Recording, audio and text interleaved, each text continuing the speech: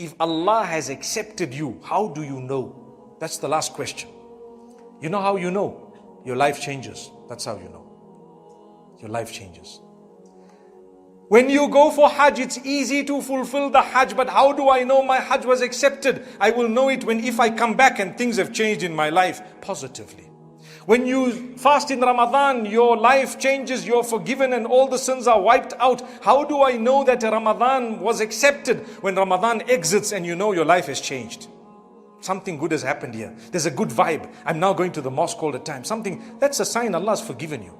It's a very good sign. When you seek forgiveness of Allah, how do you know Allah's forgiven you? When you quit a few of these things and your life changes somehow. Warm. Sometimes it happens because of the death of someone close to you. Your life changed. That death was a mercy for you. Subhanallah. Your life changed because you start thinking, gosh, my wife is gone. Guess what? I'm next. When you start thinking that, your life changes.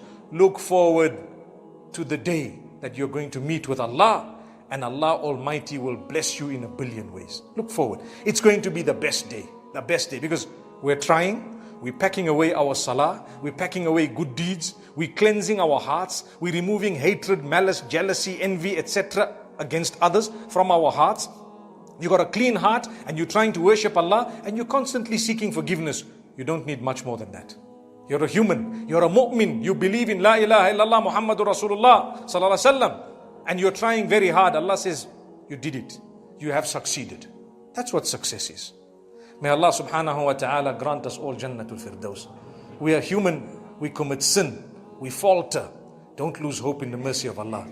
Keep trying. Never give up. No matter what. Come back and don't give up.